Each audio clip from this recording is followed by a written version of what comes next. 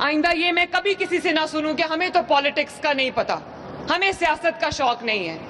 اگر آپ کو سیاست کا شوق نہیں ہوگا, اگر آپ کو پالیٹکس کا میں انٹرسٹ نہیں ہوگا, تو آپ کو کبھی یہ پتہ نہیں چلے گا کہ آپ کے لیے کون سا انسان, کون سی پارٹی اچھی ہے.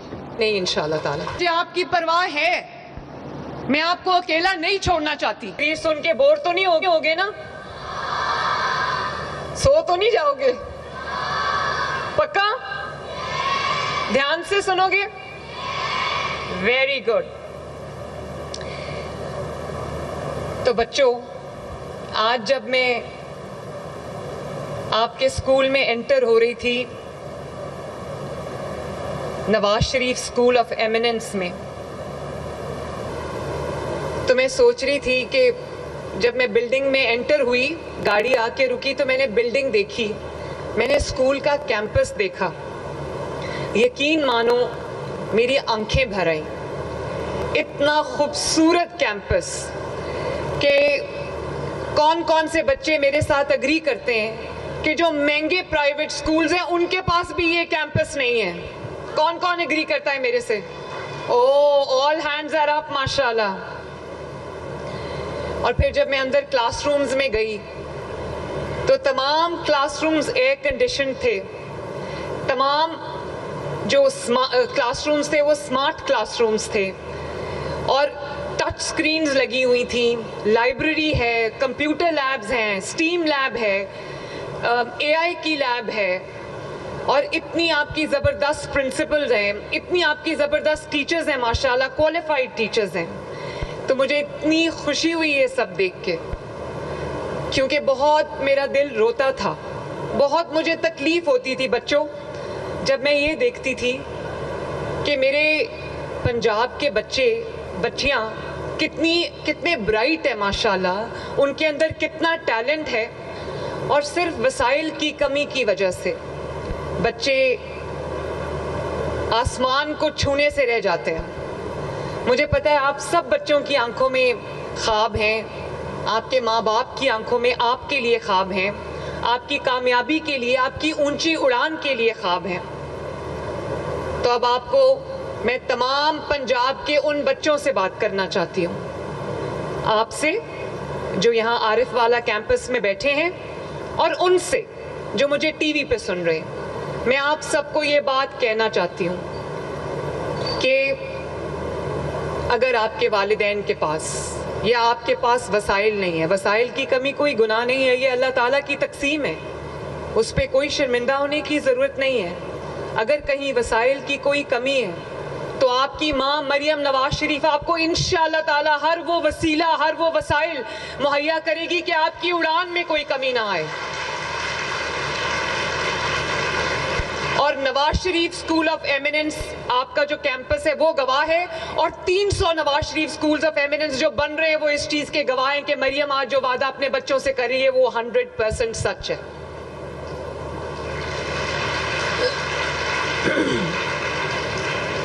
اگر وسائل کی کمی ہے تو کوئی بات نہیں, Nawaz Sharif school of eminence ہے نا. اور اگر آپ Nawaz Sharif school of eminence سے پاس ہو کے نکلتے ہو اور ہائر ایجوکیشن میں جانا چاہتے ہو, اپنی تعلیم جاری رکھنا چاہتے ہو, جو کہ آپ کو رکھنی چاہیے, تو آپ کے پاس اگر بہترین یونیورسٹی میں جانا چاہتے ہو اور وسائل نہیں ہے تو آپ کے پاس ہونہار اسکالرشپ ہے ماشاءاللہ.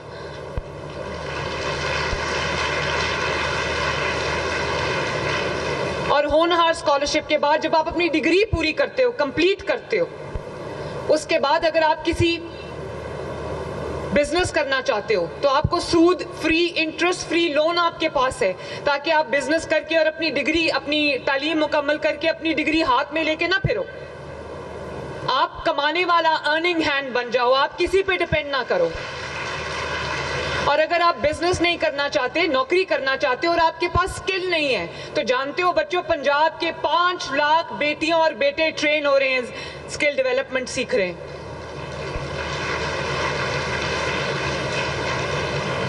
اور جو باہر جانا چاہتے تھے, گلف کنٹریز میں جانا چاہتے تھے اور وسائل نہیں تھے ان کے پاس, ان بچوں کو, ان کو پہلے ہم نے ٹریننگ دی اور پھر ان کو پرواز کارڈ دیا